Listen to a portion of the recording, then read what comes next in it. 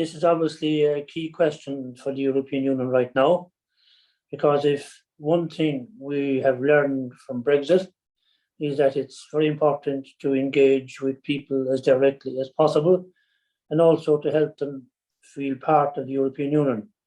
And we find that as a result, when people now know the truth, they see the negative aspects of Brexit, there are more people in support of the European Union than ever before. In Ireland, I think the latest survey by the European Movement Ireland showed that 84% of Irish people wanted us to stay in the European Union and felt being in the European Union was a good thing. Now, that's fine, but we have to build on that. And people have to feel connected to Europe and feel that Europe is benefiting them if that is to continue. And one other good thing that came about is in relation to COVID-19. Again, people are beginning to see the benefit of Europe. And while the Johnson administration stole a march on us initially in terms of vaccines, we have to remember, and I think citizens are beginning to realize it now, that only for the European Union, helping the companies to develop the vaccines and ensuring that every member state, big and small, got the vaccines. And now we are seeing the benefit because we are reaching almost herd immunity very quickly, which was unbelievable a year ago. And I think citizens realize that without the European Union, this would not be possible for any member state to do. And of course, they're seeing a different aspect of COVID now in the United Kingdom. So all this is a result of information percolating both ways, where citizens can see the facts for themselves. And when they do, I think they get a very positive view of the European Union. Then, of course, we have the whole climate change initiative. Now, again, I have to say myself that I felt that Europe led in this from the beginning, because the Paris Agreement was a huge initiative and Europe had a very positive part to play in it. But since then, and probably as a result of the Paris Agreement, especially young people have become more engaged, and the Greta Thunberg effect means that we actually at European level had to take into consideration the protests being made by citizens and essentially saying, while Europe was doing well, it wasn't doing well enough. And now we find that the whole Green Deal and the Fit for 55 is a new approach, greater ambition, sending a signal to citizens and investors that this is the way to go. This is as a result, directly, I think, of citizens being involved through particularly young people utilizing their opportunity to make their voices heard. So we have to ensure that that direct connection between the people on the ground, let's say, and people in Europe needs to be maintained. It's no good having it directly to the member states' government, because the member states' government's main aim is to probably be re-elected. So European business and making Europe popular is not top of their agenda. So in some respects, we have to bypass the governments, speak directly to citizens, let their citizens speak directly to us. And I'm glad that the Conference on the Future of Europe is actually doing that. And I did a report here on citizens' actions and how they can be improved prior to the Future of Europe conference. And we've come up with a number of suggestions, which I think will be very important, which will help citizens to be involved, which will strengthen, for instance, the Citizens' Initiative, which came in with the Lisbon Treaty, which has been positive, but limited. And now we see that we can do it in a better way. We can mobilize people far better, especially now with the growth of the internet and online activity. Again, improved immensely by having to work from home in COVID and having to have meetings like ours here through Zoom, etc. All means that citizens now have a far greater desire, I'd say, and far greater opportunity to connect directly with information areas they want to be involved in than ever before. which has led to a very positive vibe in Ireland towards Europe. Yes, we're part of the European Union. The European Union is good for us. We want it to improve. Where it has faults, we want to be able to point them out, and we want what we have to say to be taken on board. So I think we're in a very positive place to, as I say, build back better, have citizens involved more, and to have a better European Union for everybody, big or small, the state as well as civil society.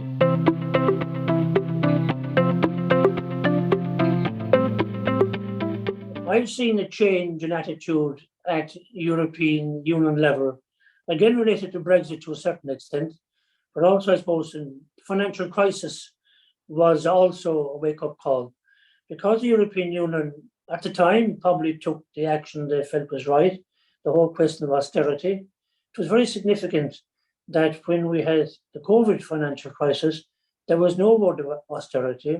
We have Next Generation EU, which is a massive 1.8 trillion investment, and again, involving citizens.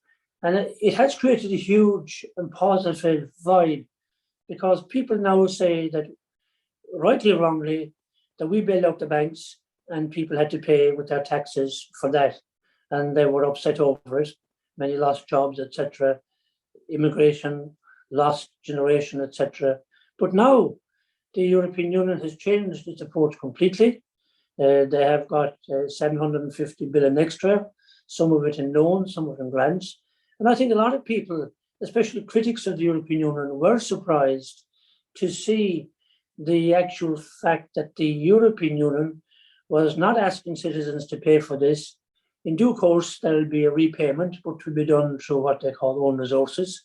So individual citizens will not have to pay for it by increased taxes.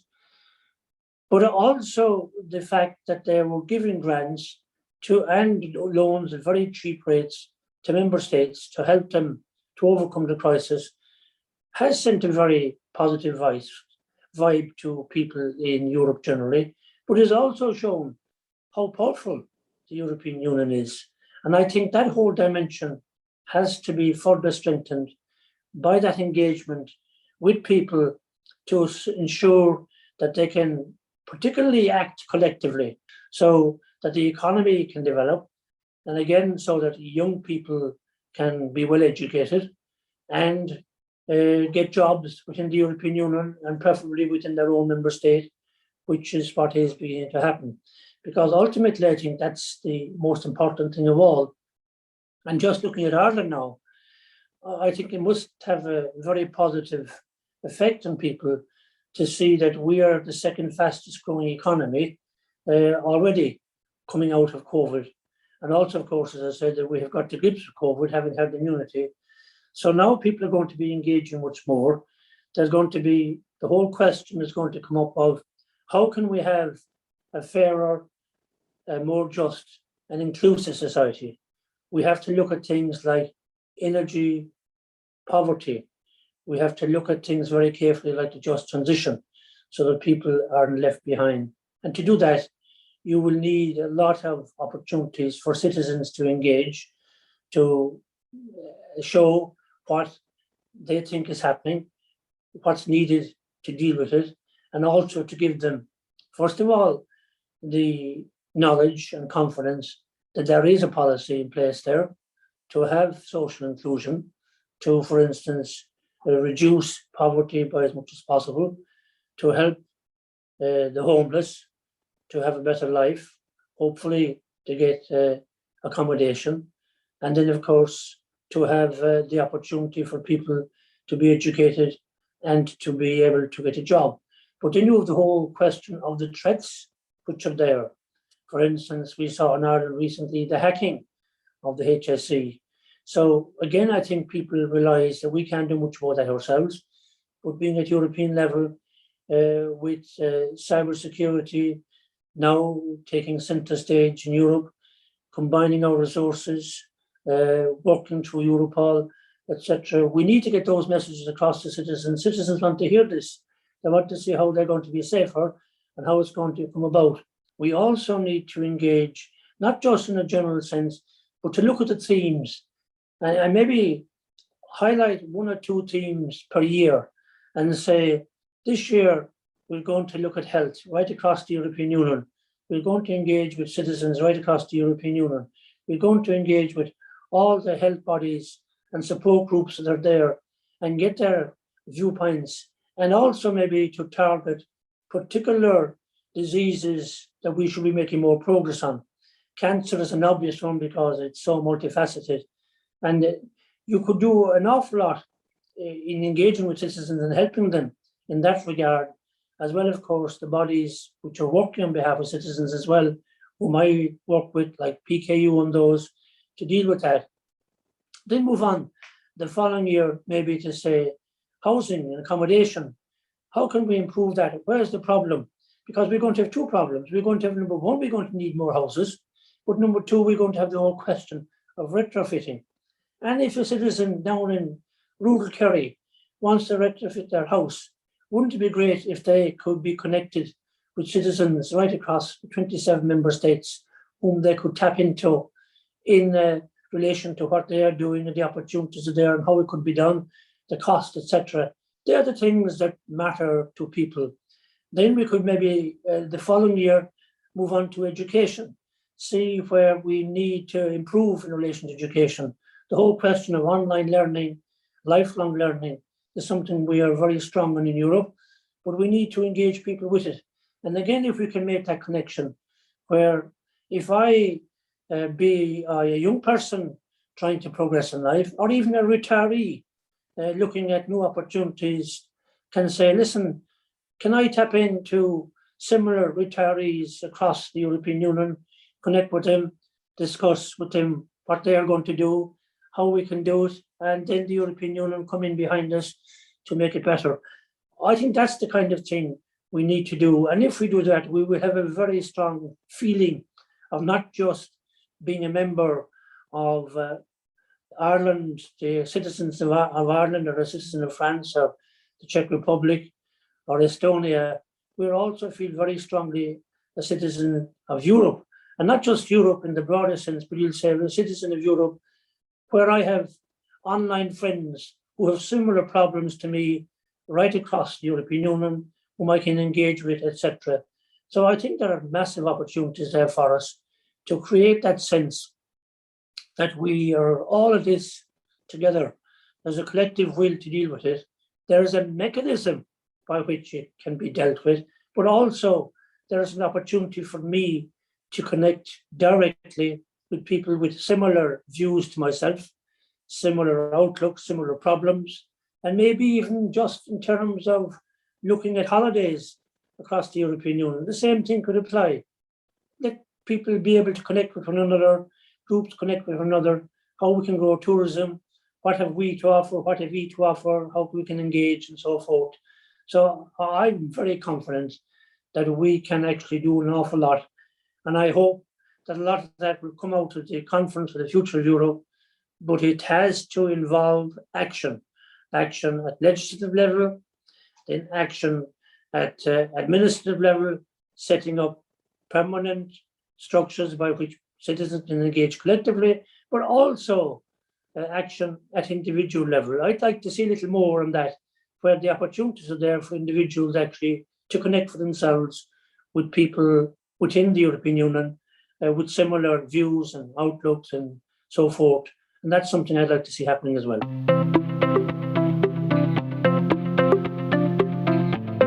But I think it's obviously very, very important to have civil society engage in the European Union, because if they don't, the European Union is going to disintegrate over a period of time. If you cannot connect with citizens, citizens do not feel part of it, then they're not going to be supportive of it. And eventually you'll get extremists, like we saw in the United Kingdom, babbling on for their own particular reasons and interests, and creating a situation which would be untenable for the European Union to survive. We really have to try and get into the schools to encourage young people that the most important thing they can do as a citizen in a democracy is vote. Vote, vote, vote in all elections. Some countries have compulsory voting. I think that's something we should look at. certainly there should be reason analysis done on maybe why people aren't voting more and how we can do it. That would be vitally important, because voting is crucial. Now, thankfully, we've had reasonably good voting in the last European elections in Ireland. And of course, we do have them the same day as the local elections, which help. But I think people are more engaged at the Irish level anyway with the European Union now than they were certainly when I was elected 12 years ago and even 7 years ago. And we need to keep that going. As well as that, programs like visitors groups and Meet Your MEP for young people, they are very, very positive, because I would say 99% of those who come, be it on Meet Your MEP or visitors groups, will go back with a more positive view of Europe than they would have before, and certainly with more knowledge. And I think that's a great opportunity for citizens to be involved. Then, of course, you have groups like Leader and Rural Development. Again, a lot of people are aware of what they're doing because there's a European tag, which is very clearly associated with them. So much so that I find in Ireland, sometimes people are too aware of what's available, or they think what's available. And the first question, they'll come up with a project to maybe develop a community hall, develop a sports facility. And the first question they'll do is, we'll get on to Seán Kelly, their MEP, to see if they're funding in Europe for this. Now, they may not be funding for it, but it shows that psychologically, people on the ground are aware that a lot of projects are being funded in Europe. And that's because it has been often done directly through Leader, through the Social Fund, through the various agencies which directly impact with them. And we need to do more of that, to have more engagement at grassroots level and to show the benefits. And also, of course, if we can come up with mechanisms for more funding, even at a smaller level, for projects that benefit the entire community at local level, then obviously that's very important that we should be doing that. The European Union is not about doing anything bad to anybody. It's all about good. It came about because of the Treaty of Rome, which came because of 2 world wars. We don't have any more wars in Europe since. It's all about trying to add prosperity and add to the quality of life of people and to ensure they live in peace. And we need to get that message across day in, day out, because too many people overlook that and they say, oh, that's okay, but it has all sorts of faults. So we must be ready to engage honestly and openly and show the benefits. And then when there are faults, let citizens see that we are serious about listening to what they have to say, to address those faults and to ensure that they are eliminated and we make things more positive for everybody.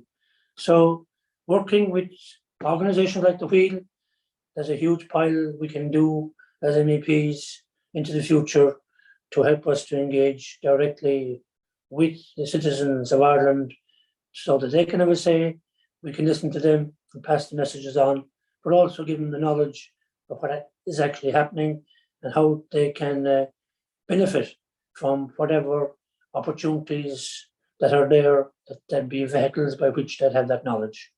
So I'd be quite confident. I'm very happy to be a member of the European Parliament. I'm here to do good, not to be putting any nationalist interests above that of Europe. I think they both can work very well together. We have worked very well in tandem. COVID is a perfect example of it. We're all coming out of it now together, and let's move along strongly into the future. But we can only do so by giving citizens a voice and making sure that voice is heard.